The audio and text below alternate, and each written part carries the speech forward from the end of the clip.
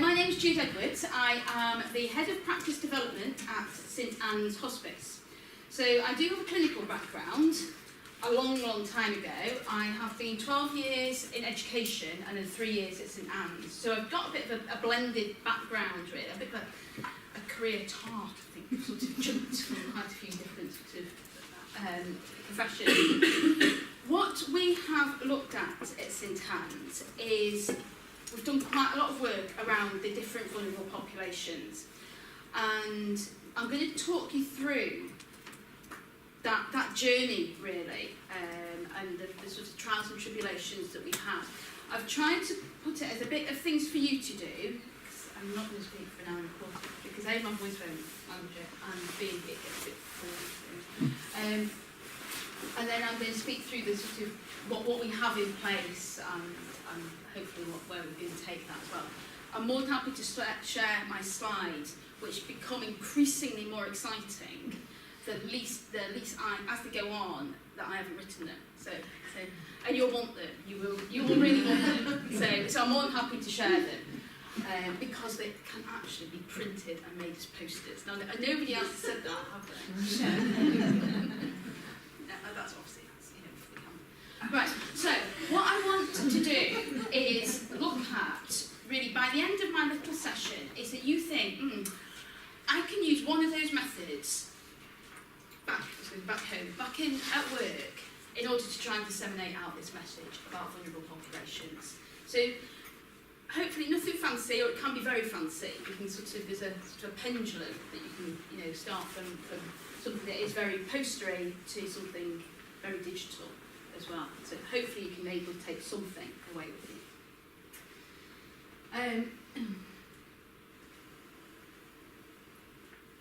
In the digital age, I'll move PowerPoint forward. I'm presuming Kim spoke about this document this morning. So this is at the heart of everything. And this was landed on my desk in 2016. And it was just like a can of worms that has changed my working life, I think. So the different ending looked at 10 distinctive groups.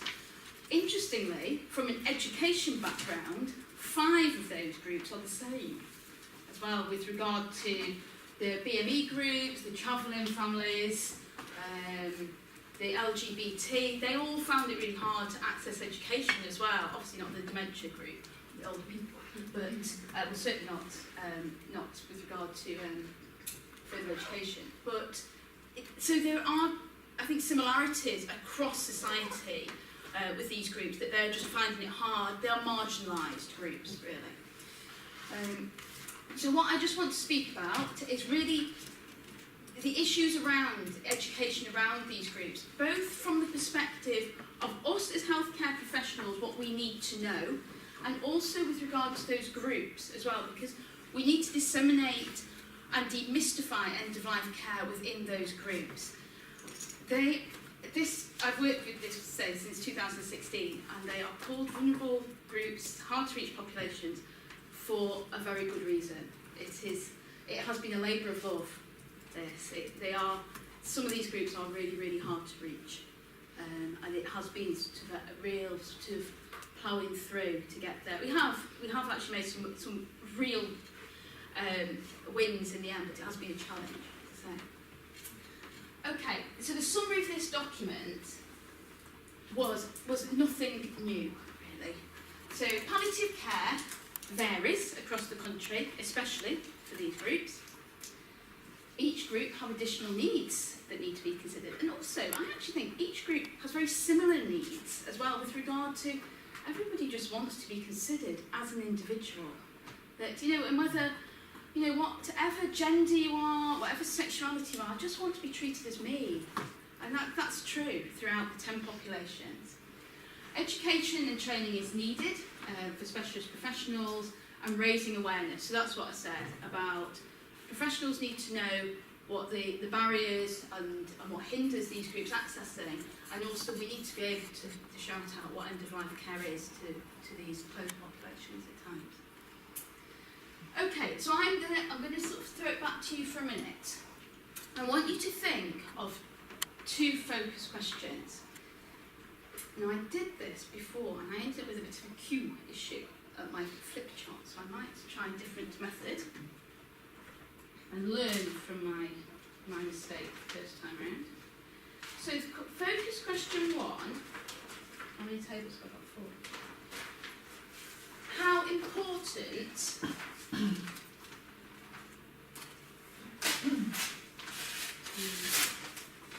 How important is the need to educate? I've put healthcare professionals, because it might be volunteers or a variety of staff, people who work with or engage in these populations. Thank you. I need a bit of a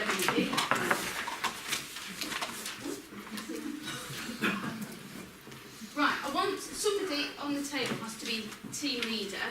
You don't need to do anything hard.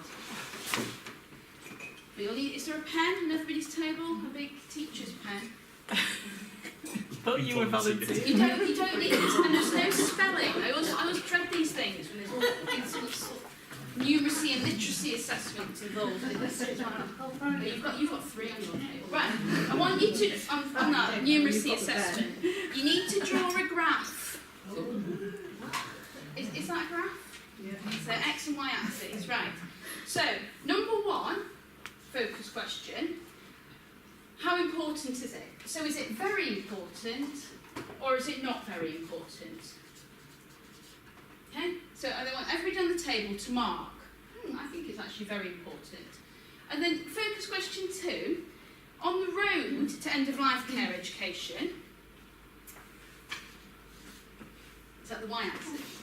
I should know that, having children in year 5. I should know that. Axis across. On the road, have we just started? Or have we arrived? So, as a table, so everybody needs to put a cross, 2 crosses on, oh no, you don't, you need to put, we've just arrived, and it's very important, there's 2 crosses, focus question 1 and focus question 2.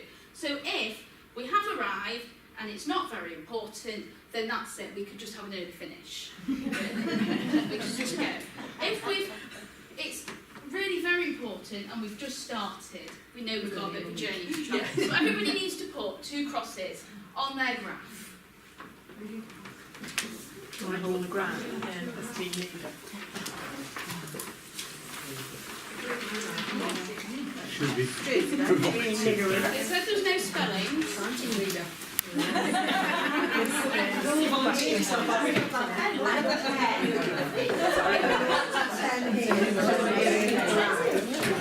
We each decide to make a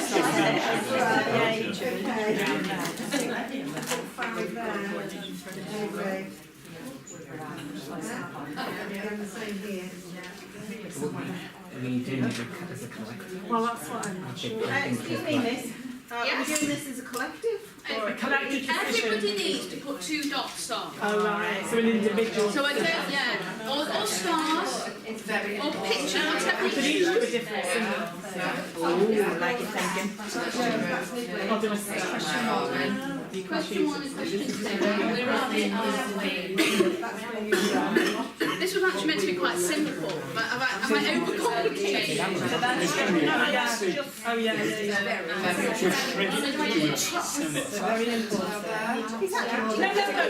Do you not just put 1 because it's important that you just start it? Yeah. No, 2 stars. So I want to know how important it is and how far along. So you're saying it's very important, and then how far along you could. You could, if you want to stick it. Yeah. If you wanted to do that, yeah. Yeah. We're all absolutely dying to know. Yes. So that's a really good point. I just want it for end of life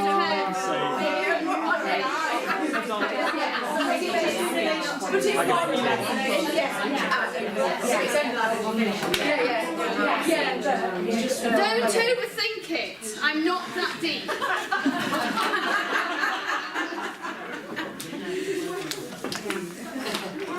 Feels sad now that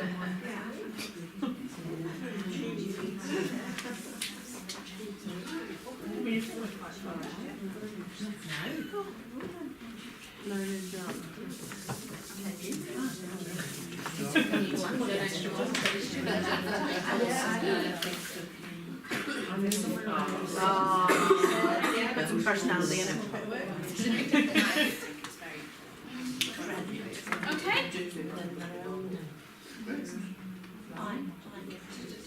Just hold it up for me.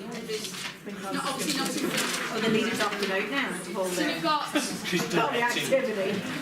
very important somewhere started. Yeah.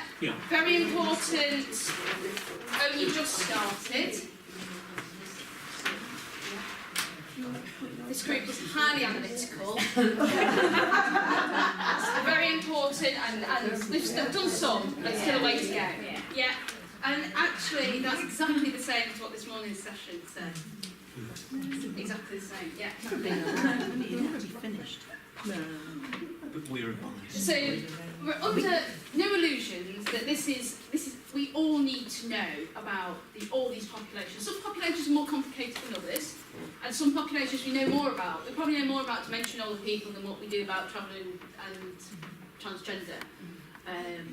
But nonetheless, it is really important that we put out those messages to those communities and we learn about those communities as well.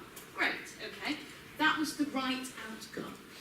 That's what I wanted to happen. Right. Okay. So, turn your paper the other way around. There's some post-it notes, and I want you to think of it in two sections. We have issues. We have issues around education, full stop, within healthcare. And I want you to tell me what those issues are. What hinders it? Who should be involved, who isn't involved? When people attend education, does it always work? Does it feed back into the organisation? If not, why not? And then I want you to think about the future. If you had a blank checkbook, what would that look like? Empty. Oh, no. Have you heard how Netflix developed? Have you heard of Netflix? Yeah? Yeah? Everybody know? No. Right. Netflix started as two lads who went to Blockbusters, got the DVD, and then they were late returning it, and obviously cost a fortune to return it to Blockbusters. So they thought, it's rubbish, we'll do it ourselves. So then started posting DVDs out, and then you didn't get charged. So if you remember that sort of raw film, I think, came round, and you returned it in the envelope. And it didn't matter if you kept it for 4 weeks, so be it, you just didn't get another one. Okay? And then people actually started to be able to watch things online. So, we're going to do that. We'll start sending out the DVDs. So that's what they went online. And then what happened was the studios were charging so much, making their films, and Netflix bought their own studios and made their own films. So their start point was sharing DVDs, sharing films. Their end point was the same, but how they did it was different. They posted it, they streamed it, they made it. And that is about education as well. We still need to get that message out, but we need to use different methods. We have to change, because at the minute it's not working. And I will imagine the reasons that you say, the issues that you have will be exactly the same as what these issues were this morning as well. So can you tell me why people aren't accessing education? In your organisation, what are the barriers? What hinders education? Why aren't the messages going back into your organisation? And who should be there that isn't there? And why aren't they there? Okay? And then think about your blank checkbook. Or your organisation's blank checkbook, not your own. Go on to shopping. Yeah, it's time based.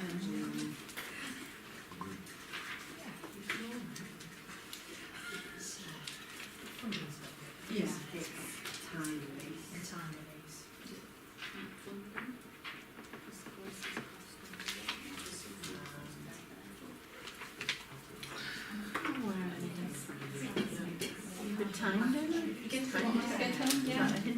Yeah. You know what I'm asking? Yeah, that's it. How many times have you gone to something and you think, don't need to be here?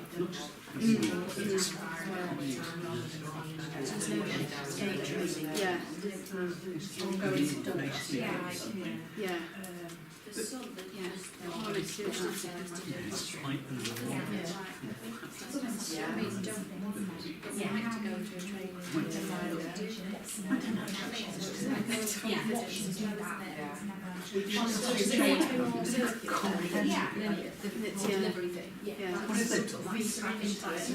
Yeah.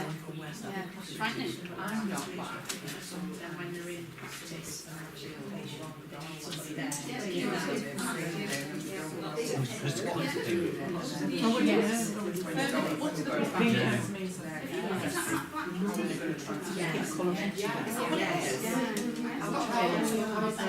What's it taste like?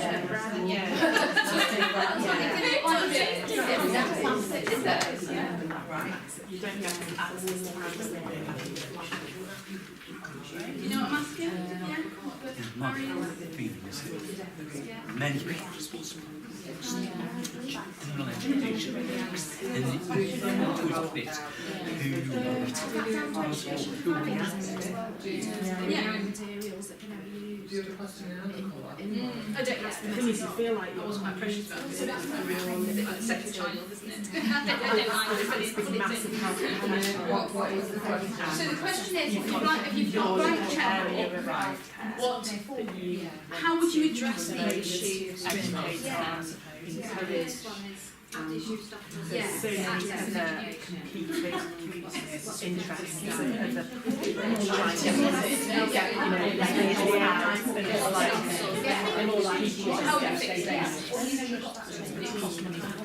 of being talked about, especially GPs and overall trying to get at GPs and that's coming at them from everything. but again, it's to so when we go to the GP, Okay, are you finished on this table? change that is needed. Still discussing? Can I take you? That's what they said about why people are access to A&E more, isn't it? Because that's what later on. Because it's easy to get Are you still discussing? Yeah, so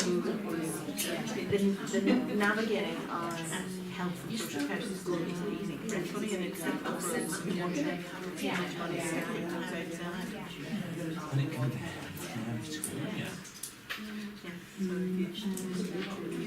I always started working in health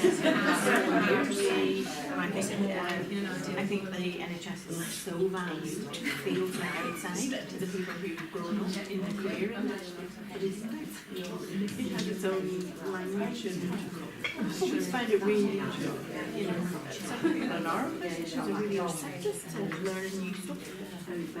There's not really resistance, it's just finding the time. Relevance patient, and then you never use it. Yeah. Something that you can Basic competences, communication and your background. skills. And then the smile. if I start to shout out, if you want to just start to feed back to me as well about what's in front of you, I will collect it and I will put everything together. Right, so issues, accessible by all. These courses, there's a lot of different, we are it's huge. The levels that work in this sector, the professions, so we've got a big, broad workforce that we need to educate, and we need not one size fits all, but we do need something that will go across all the levels. At times training can be irrelevant. I've sat in quite a few training sessions that I've just thought, oh, I should have brought my iron. Hopefully you won't be sitting thinking that now. I think that all the time. Time and staff time. It's absolutely key that, any time you are here, you are not patient facing, and it's huge. Anybody else? What else have people got about issues? I suppose today's a good example that all the people that are interested in diversity have come to a diversity day. So actually, us, by definition, are the group that don't need the education. Yeah, you're bothered. What we need to hook in the people who actually aren't that bothered, but we need to tell them that they need to be bothered. Yeah. Really. Yeah. So it's about hooking in people. Yeah.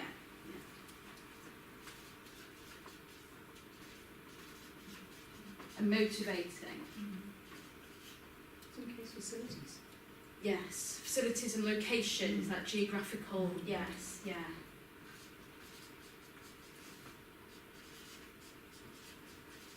And that is one thing that's really to core my heart. Actually, I have two small children that are both at school, and anything that starts at 9 o'clock that isn't around Altrincham, my heart just drops, because I just think I don't know physically how I'm going to get there.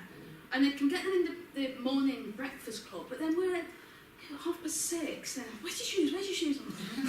I'm so tired, Mummy. And I just feel really guilty. Yeah. And we've all probably been there, and you've lived it. And then I feel really silly saying, I'm so sorry I've got to leave because I'm on the school run. It's not really sort of at the cutting edge of professionalism, is it? Thinking they're going to be crying. But so location is what works for some people is just dreadful for somebody else. The M6, and especially around this area, transport links are poor. The motorways are blocked, so it is about location. Yeah. Table at the back. So you said time. Yeah, I think one of our things was about people coming to really good study days and then going back to work Right. and not being able to implement It's that things time to disseminate it out. And how you do that. Yeah. So to make it, make the learning real, really.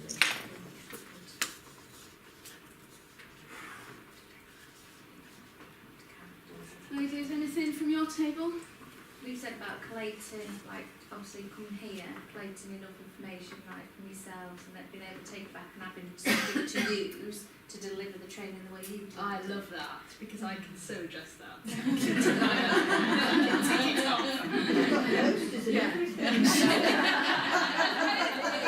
What more do you want from a training? So it's having material that you can feed back that's usable without having just packs of notes that you think. One of the other things that came up this morning was priorities as well. The end of life care sometimes isn't people's priorities, and we found this with our I'll use the homeless as one of the key examples. So we did a lot of training within hostels in Manchester, training about end of life care. And it really hadn't come into people's remit really, because the problems with drugs, alcohol, mental health just completely saturated the end of life. It wasn't even considered until we actually went in and started to speak about it. And sort of, they welcomed it with open arms, but it wasn't something that had come into their agenda really, because there's other bigger fish. And I get that. If you're sleeping on the streets and you're looking for a next fix, or 3 days off on spice, and somebody's let's talk about palliative care. Really? Yeah, get real sort of thing. So it is about priorities as well. How did we fix it? Did anybody solve that? Because that's really why I'm here, just to learn how to fix it, and I did, and that's it. That's my job done. What did you have on your fix it pieces of paper with your blank checkbook? I did write financial incentive. Oh, did you? Did you? If I've got a blank cheque, Right, you're going to pay. instead of paying to come here, the institution can pay me to Pay to learn. attend. In other words, I'm just thinking of how do we motivate Yeah. people Yeah, to learn. yeah. And money being one of Money them. man, well, It's true. yeah. I think the chances of it happening are pretty slim. Yeah, it doesn't matter. That wasn't what the remit In was. other walks of life, It's, yeah. people are I'll pay to paid attend. Yeah. to Yeah. Anybody else? Back table? You could try and build on your working week, so you could have a working lunch, Yeah, We drug reps come in, yeah, yeah. sandwiches, food, and we just sit down and talk as a big team. Yes, Or yes. You can make it a bit more fun, pub lunch, where I like everybody that, I like that. involved in Coming in. Kaiser Care turns up at the True Arms on a Monday evening at 8 o'clock. Yeah, so it's a bit more informal. But yeah, And we you extend dip the in and knowledge of out. it. Yes, yeah. And if you're doing sort of things, you need quality of content, so it's good to have the social, personal conversations, but you also need maybe something professional to give you a bit of credibility, kudos. Yes, yeah. Even if it's only for 10 minutes. Yeah, yeah, and that does pull in the crowd, starring. Yeah. It does. That's clearly why you're all here. And if you really want to stretch the idea, you can have patients and families coming. Yeah. Ooh. Crikey, that's out. You might feel uncomfortable, Blue but sky thinking there. But yes, yeah. But you invite service users, yeah. yeah. Yeah, good. I like that. Cute. How are you solving it? Can you better that? We've only got as far as the talk. Which is fine, to be fair. Taxi service, you know, and then take them back afterwards. The ring and bride. I mean, there's a big move to use technology, but I do think you miss out when you're sitting in an office, you know, Skyping into or doing it, using that Yes, yeah, technology. yeah. Doesn't I agree actually, with that. Yeah. the breadth of learning from listening to each other's opinions and how they process There's a lot to be said about the white of eyes, really, isn't there? Yeah. Yeah. Where technology can Yeah. help, you know, training programs. And I would imagine a lot of organisations use e-learning, and it does give you a standardisation. It gives you a basic into subject, which is fine, but a blend of Blended learning, probably. Yeah. Ladies at the front, anything else to? A bus. I want a bus. Yeah. Yeah, I want a red bus that goes round. Yeah. Training room. Yeah. I think that there is a lot around technology about how we can make it more flexible. It is flexible. That's what we really need. We need to flexible dip in and dip out, is what you alluded to as well. And a bit of a mixture of everything, which is actually what we tried to do with this project. So the remit that we had from HEE, from Health Education England, was to design, develop and deliver a programme of training activities to support the reduction in inequalities at end-of-life care and addressing the needs of end-of-life care populations, in vulnerable populations. And we had to produce a legacy set of educational resources which complemented, so sort of umbrellaed really, national documentations and resources that were around, and then it could be accessed by everybody. So they wanted a level of sustainability with this project. There was a lot of money that accompanied this project, but they wanted it, and rightly so, that it doesn't just stay in Jude's and Jane's handbags, really. Because sometimes that happens a lot. Education is, you know, and there's some fantastic education out there that people they produce and then they put in their own suitcase and it's put away. And you know, there's a lot about neighbourhood learning and about sharing resources out. And that's very much what Health Education England wanted, was to be able, that it could be shared nationally and accessed in a very flexible manner, really. So, I worked alongside Jane Ashworth, who is me at Spring Hill Hospice in Rochdale, and we put together a bid and we were successful, and we have started the Vulnerable Population lecture series. And I'm slightly embarrassed that nobody knew about that this morning. Everybody's faces are like that as well, so it probably hasn't rolled out, so thank goodness I'm here, halfway through the project. And we are looking, we have put on 6 lecture series addressing the different populations. So we will address all 10 of the vulnerable populations by a lecture. The lectures are move location, although they've not moved very far. They've moved from the monastery in Gorton. If anybody's been in the monastery, Manchester Monastery, lovely. To be fair, if you're not interested in the lecture, it's worth it just to see the monastery. And it's a lunch as well, you get lunch. So I'm going to try and hit all these things here.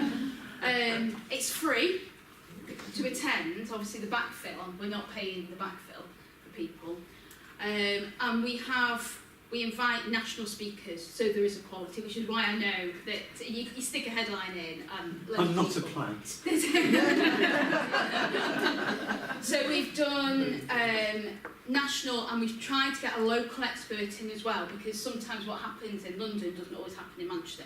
But that's not always been, London are slightly forward thinking in certain areas than what we I are. was going to say, not always. Not always, no. Have your expert speakers been people from those vulnerable groups? No. No, they've all worked with them. But, so to support me, the people from those vulnerable groups are invited to attend, and they do attend, yes. Yeah, and they can also tweet questions in as well, during because it's live streamed. So we have tried to do that. So no, they are not real lived cases, Right. but they are professionals that have worked for... I'll now speak through who we've had to speak, but yeah, they are represented, hopefully. And where's the advertisement gone out for those? It's gone out through the SCN. I'm surprised that it's not. I'm actually quite embarrassed that you've not known about it, to be fair. So I need to pick that up. I do need to pick it up as to why, but that's fine now. I've got everybody's contact emails. And we will do that. From here, we'll send out the next one's on the 26th of November. And then that one's in this next one's at the monastery. Once it's live streamed, so you can pick it up. You can access it from your desk. Ooh. And it's Monday the 26th of November, and it's looking at gypsies and travelling families and mental health, and both of them at end of life. That's a plug. I did that. See how I did that? Sorry, were you going to ask me something? I was at the dementia one. Oh, right. Yeah, Spring Hill. But actually, we did have a speaker there representing the older community, actually, what it's Right. like to So be sorry. elderly. But- Yeah, it's insightful. So there was, yes, speaker with a level of learned experience. We have. So is there an thought from- archive of these somewhere online? Is there an archive of these online? Yes. So, Yeah, I'll send that out. okay. Yes, yes. It gets better. There's still posters. So what I wanted to do is I brought a snippet of 4 of them with me, really, just to give you sort of flavour of what is discussed and who we have involved in the different lectures. So the first one that we looked at was homelessness. And we brought St Mungo's up to us. So I don't know if people are aware of St Mungo's. St Mungo's are based in London, and they are a charitable organisation that own about 1,500 hostel beds. It doesn't work the same in Manchester. It's not quite as coordinated. But what they have done is they have employed a palliative care coordinator. And we bid for some money a couple of years ago, and then have been rolling out training to hostel staff. And it became very apparent that this role of coordination, because these are complex discharges from hospitals that need housing, a lot of medical support, drugs and alcohol rehabilitation, needs to be a lot of people around the table. And they're also a very difficult community to outreach to. They need a lot of trust, and Neve's role, and I'll show you a short video about it, and she very much describes how that is embedded within St Mungo's. So we have, I think I can say this now actually, we're at the final stage in the big lottery that we've put in a funding application for this in Manchester.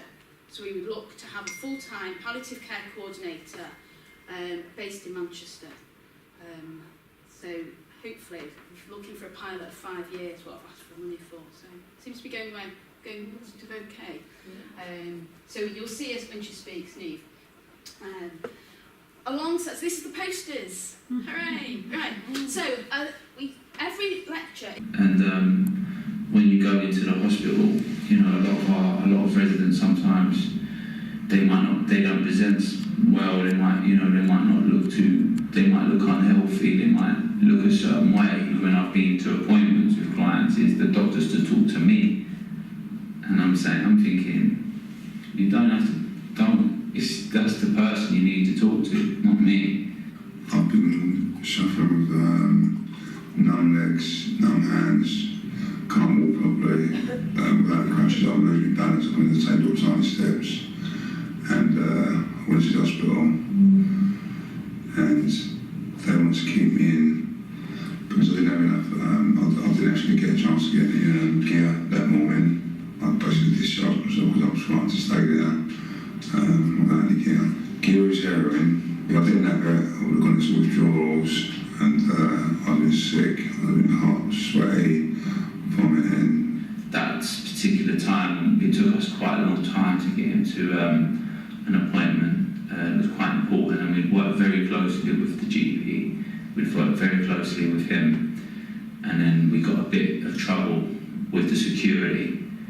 And they was literally trying to chuck him out of the hospital. I didn't like the way that he was being treated that day. So acute medical wards are extremely busy places, but I have seen huge delays in people receiving their methadone, and this can result in a lot of distress and suffering and increasing agitation.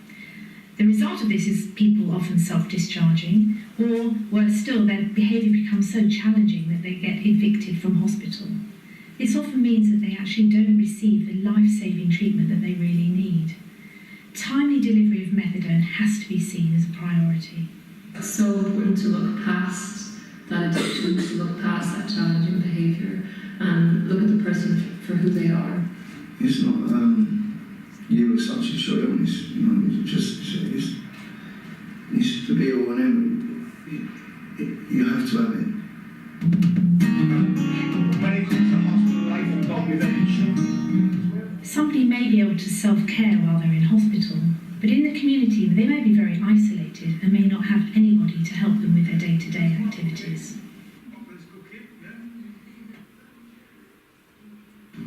I can't cook that anyway, but what I generally do is I'll pay someone to go and buy me some chicken and chips. I'll say to someone, what do you want to pick? And I'll give me some chicken and chips from the shop and that.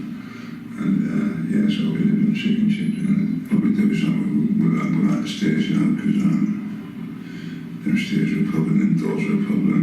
Because I can't read and write, I'm dyslexic as well, and letters really scare me a lot, so I get my key worker to do all my letters.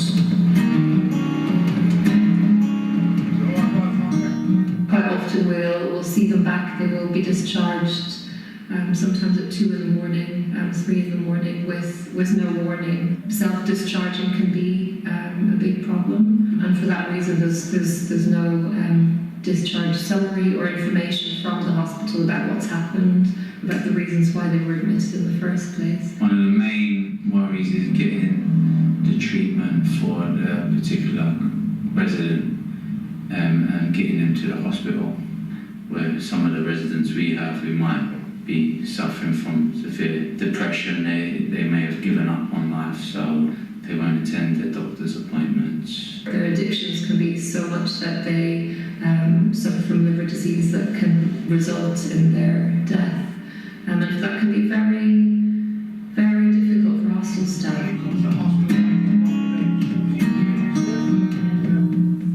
People are often discharged from hospital without their discharge destination really being considered or understood. Now, for people who are homeless or vulnerably housed, squatting, sofa surfing or in a hostel, they may need to be much more well than somebody who's going back home to a family. Hostel and day centre staff can be a really useful resource for medical teams as they really understand individuals and the complexities of their need. So it's very useful to use them. Rehabilitation. Rehabilitation, yes. Yeah. And it actually provoked quite a big a big debate, it was an argument, wasn't an argument, and looking at protection of the public and about, is it a deterrent for criminals? Sometimes it wasn't. And he said that you could see that, actually. It wasn't a deterrent because a lot of these people, these lads especially, were from, you know, it's the homeless prison, you get fed, that's why people were coming back time and time again, really. They were sort of embedded in this negative culture they couldn't get out. And what I think is very sort of key within this current prison population was the over 60s. And they very much attributed that to sex prisoners, sex offenders, that because sentences are given for 25, 30 years, that's actually a life sentence if you are 60. It's not a life sentence if you're 25. For people, if you are being admitted, is that the verb? If you're over 60, incarcerated, you're not going to get out.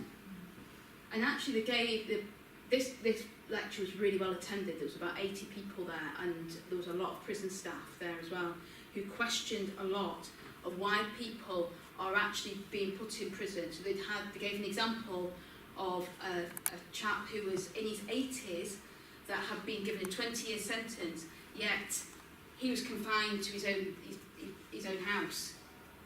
And why? He said because often he's just transferring the problem into another room where actually he could have been tagged. He was got severe mental health problems, but didn't leave his house. But from a nursing perspective, he was a lot harder to nurse in the prison than what he was in the community. There was no harm. There was no harm to the public. But it goes back to that punishment, and is that, you know, as a society, do we want to be seen as that? I'm not here to answer those questions. But it was, I suppose, a lot of food for thought, really. Compassionate care is very rare in a lot of these situations. Is anybody hospice staff, hospital staff? Yeah. Have you had prisoners into the hospice? Yeah. So, at times it's hard with regard to people coming in, really. I mean, they usually bring their prison warden. They do, with them, yes, and yeah. it's not nice to see somebody change to somebody when they're down in prison. Yes, So we kind of have those conversations with the guards. Yeah. If they're found something awful, but they usually come with them. Yes, yeah. It's the usual experience that we've had. Yeah, and that was certainly true of the experience that we had. But we had a lot of issues around visitors and family members attending as well. And culturally very different. Prison and hospice are very different organisations as well. We were offering people tea and sandwiches. Should you even be here at all? You know, so the ideal is certainly for these prisoners to be nursed in the prison situation, if possible. If nothing else, you're looking at it from financial. Very grateful to be in the hospital. They are, yeah. And to be fair to the prison officers, quite often they are to see. Obviously, not, you know, natural deaths is, and this is again, is it their priority in a prison? Is end of life care a priority? Really, when, you know, death by suicide, overdose, that is much more common than what death by natural causes is. But it looks like the prison population is shifting to older. To the chap at Strangeways was basically saying we're looking at a care home facility, really. And sometimes the prisoners won't be, I don't know if the phrase is declassified or moved grades or whatever it is. I think my other experience was how traumatised prison officers were by people dying. Yes, And if you imagine yourself not as a healthcare worker being handcuffed to a dying person, were they still handcuffed too? Quite late on, I think it took a lot of negotiation for that to stop. That is traumatic. So yes, that was again. So there's a YouTube clip about prisons. The lecture that's just gone, we looked at learning disabilities, and we've had a little bit of experience at St Anne's with learning disabilities and rolling out training programmes. So in a very similar process to what we did with the homeless population, we tried to replicate it within the learning disabilities team. and it was just a nightmare because they are so welcoming to you, but they just have no time. They are truly a workforce that are just overfaced, massively overfaced. Again, really bothered, really want to make a difference, but it was really hard. We're still going with it and trying to sort of think how we can help them without trying to take them away from their patients and their clients, really. Louise Jenkins came from Hertfordshire, and she is a learning disabilities nurse by trade, but specialises with learning disabilities. And if you're going to watch one, watch Louise. I don't know, it struck a chord with me actually about how sad these situations can actually be. So she asked the question about why people die so much younger than the standard population, really. So if I asked you that out, would you know what? There's not one answer, but would you know? Is it because it's difficult to pick up symptoms? Yeah, it can be. Communicate. Yes, Like that. big communication issue. Yes, yeah. Impact of multiple medications as well, maybe? Multiple medications, yes, and obviously sort of chronic sort of syndrome type physical disabilities as well. There was one thing that really shocked me about oral health and about poor oral hygiene and about sort of aspirational pneumonia as well. And I had a bit of a week that week about dental hygiene. So I went to the homeless meeting, and then they'd done a dental survey, and I thought, crap, it's like following me around. And on Friday I went to the dentist myself. The theme for this week. So she very much said that about respiratory disease, and that's really high. Coronary heart disease, gastrointestinal cancers, and dementia as well. She also spoke about a really sad case study about a gentleman who was 33 with Down syndrome. It had an additional complication, which meant he was more predisposed to constipation. And he lived at home with mum and dad for a lot, until he was 30ish. And then mum and dad couldn't cope, or somebody had died. I can't remember the full story. And he'd gone into a residential home, and he was managed. Constipation was managed by a really, really strict diet, and there was some medication involved in it. And then the nursing home changed hands, and it turned into a supported living. And in came that he needs choice, and he doesn't need such a strict diet. And he was then hospitalised with 10 kilos of faeces removed from an stained abdomen. And he died. He died from constipation. And it just really resonated. How, in this day and age, people are dying from constipation. That is so wrong. And it's that best interest, isn't it? It's around that best interest. That it's not in anybody's best interest to eat crisps, cakes and chocolate and nothing else. That, there has to be that if you do that, this is the potential what will happen. And there is a lot around learning disabilities around, and she spoke a lot about best interest decisions, which is not my area of expertise at all. I'm purely turning Louise's side. But yeah, it was a really interesting. What we're going to do with this, and we're going to do it with another 4 of the presentations, we're going to make them into one of those, I won't say etch-a-sketch, but not etch-a-sketch. Those videos where they talk and they draw at the same time? So that presentation will be made into one of those and then sent out to the learning disabilities teams. We'll have a CD with them. So if you know of anybody you think that will just be for general dissemination, sort of palliative care with learning disabilities teams. So again, sort of 3 minutes, hopefully, these are the key points, really. That sort of technology, is it very expensive? Yes, Yeah. the artist, to be fair, the artists weren't particularly technology, but their time. And it's true skill. It is fantastic to watch them work as well, like Rolf Harris. He totally is, yeah. But Too soon. Can't use any. the video is really expensive. Is that technology? So you got that funded by the? That was some of that's from HEE, but we couldn't afford to do all the 10 videos from it. But some of that was from a learning disabilities project that we did. It was just to try and we've learned that really quickly, that we can't get in all the time. You're demanding, because we're going to tell you the best thing for end-of-life care is we're going to tell you all that. Just priorities again, priorities. And so it's about how can we disseminate that message out to help you, really, not by just putting ourselves on Will you. you evaluate how, because it's an expensive... It is inexpensive, yes. So yeah. will you evaluate? Well, yes, yeah. Now, how we do that, and that's true of any palliative care education, isn't it? What does it work? That's what you want to know, don't exactly, you? yes, yeah. So we'll have to think of something quite quirky on how we, how do we measure that? Yeah, of which I've not. It does look fantastic, yes, but yeah, does it make a difference? We'll wait to see. Yeah, I'll come back next year. Right, okay. So LGBT. So Laurie Roberts.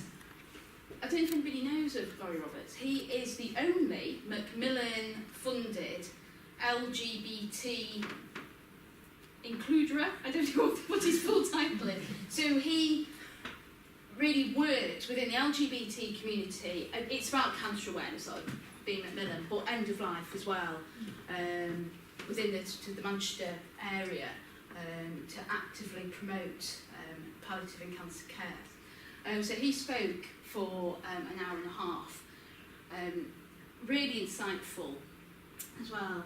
A lot of it he spoke about transgender, transsexuality, and about what people want to be called, and pronouns to be used, and a lot about binary and fluid genders, and so there was a lot of about.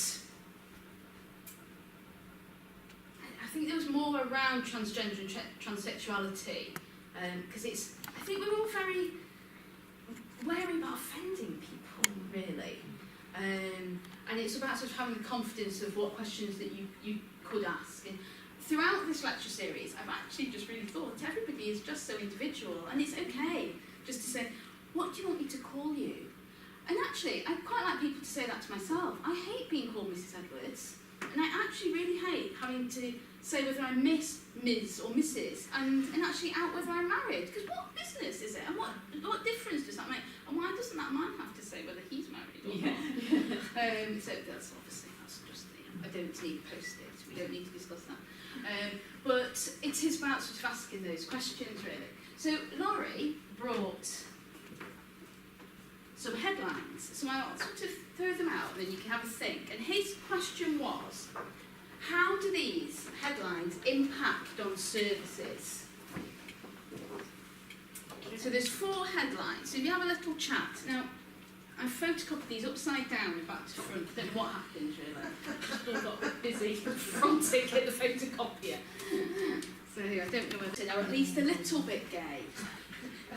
So, a quarter of British adults, 1824, reported having some homosexual feelings. It's not true or false. It's Who had that? What do you think? Does that impact on service? What was your feelings around that? Well, we were just discussing, weren't we? It's a lot more. It's for half, almost half 18 to 24-year-olds. That's a lot, isn't it? So it's a lot more than it would have been years ago, but it is more socially acceptable now, isn't it? So, to talk about it. Yeah. But I think, is it because there's more people think like that nowadays, or it's because we're asking them? Nobody ever asked that. Well, never asked that question. No. That's true. And sexuality hasn't really been discussed until end-of-life sexuality. That's but it does mean it's a lot more, I suppose, an open conversation to have. It's a lot easier conversation to have than perhaps what it was 50 years ago. And maybe some of the stigma's gone from it. Some more would say, if they had those thoughts, they would say it, whereas years ago they would never have said it. Well, it's only, it's only been in 50 years since the law was changed. Yes. People in later life now we're living under really repressive, you know. You can see that, I mean, it says just in one generation, a quarter of British adults, but then half of young people or young adults. So already in one generation, there's a big difference there. But there's also part of me that just wants to go, who cares? I don't really care whether someone's a little bit gay or phenomenally gay. I actually think that about sexuality sometimes as well. It just makes me go, what was the motivation behind that survey? It's just really. We won't address the whole press issue today, but yeah, I do get that actually, and I actually find this comment slightly incongruent now with what we've just heard. So gay men are afraid to hold hands in public. 1 in 5 LGBT respondents. This is Stonewall's obviously done a lot of work around this. Who had that? How do you think that impacts on service? Disclosure in a relationship. And that's really key in end-of-life care. When you're trying to address holistic issues, then obviously you do need to address the person as a whole. It also speaks about intimacy, and I mean, I know lots of straight men wouldn't hold hands in public. With their wives. So you know, it is around willingness to be touched or. I think the key phrase in there is afraid, not whether you would or wouldn't. It's the so it's supposed to be straight, kind of afraid. Of the consequence of it. Somebody actually mentioned this morning it actually depends on where you live as well. It's really about location as well, which is really a pertinent point. Lynn's waving at me, which means hurry up. There's another couple that I suppose they've just been there for your own discussion. Nurses lacking skills to treat transgender. And I do think there is a level of knowledge that does need to be out there, but part of me just thinks, is some of this not core values? Is it not professionalism? Is it not common sense in caring about people as well? And I suppose just to go on from that, actually, that it can mean that group can feel isolated and marginalised as well. The one other thing that I just wanted to share with you, so we will have 10 of these fantastic pieces of art that I can disseminate out, and I'll send out flyers for the next palliative care and how you can log on to the live streams. The other thing I also just wanted to share with you really quickly is Moodle. I don't know if any of you are aware of Moodle. Moodle is a VLE, a virtual learning environment that we have at St Anne's. If I can.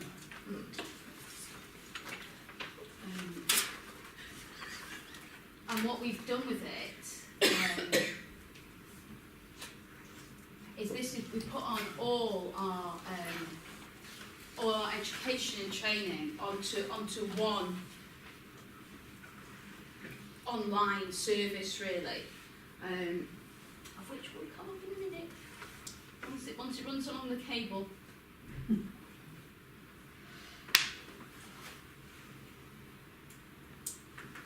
So we have all our courses go on there. So we have presentations, we have videos that the palliative care consultants have made, quizzes, PowerPoint presentations, links to national websites that staff can access, and we can then monitor as well who's logging on, who's done quizzes. Our SNAP maths assessment is on there, all our e-learning is on there, so it's all into Moodle. And you can put it on your phone, you can app it out, so people can use it next to a patient's bed to look at the bladder scanning video, the enteral feeding video. It is really accessible, people can access it at home just with one login, they don't, once they've logged into the St Anne's portal. So it has, we've just started to roll it out, and it has revolutionised how we train already. It's one port of call, so is there any training on? It's on Moodle, everything's on Moodle. So we're not running around with posters to putting things up, everything, and it's on people's phones. So we've had a couple of nurses and other professionals that said, well, I don't use my phone. And one, he said, I don't use my phone, I can't use that. And then I saw her at reception collecting her Amazon parcel. To which I said, just talk. It had to be her that was stood there. But we buy this in, we buy Moodle in, it's a licence that we've bought in from, we've used UK Fast as our service provider, who are really, really helpful. They've really helped us build this. But it has, say, it's revolutionised. Somebody asked me in the earlier session, can they buy it? Can they buy just a set up, which is quite easily, yes, you could just pay to access it and use, because palliative care education, it goes back to that sort of having that person, that kudos. We have access to a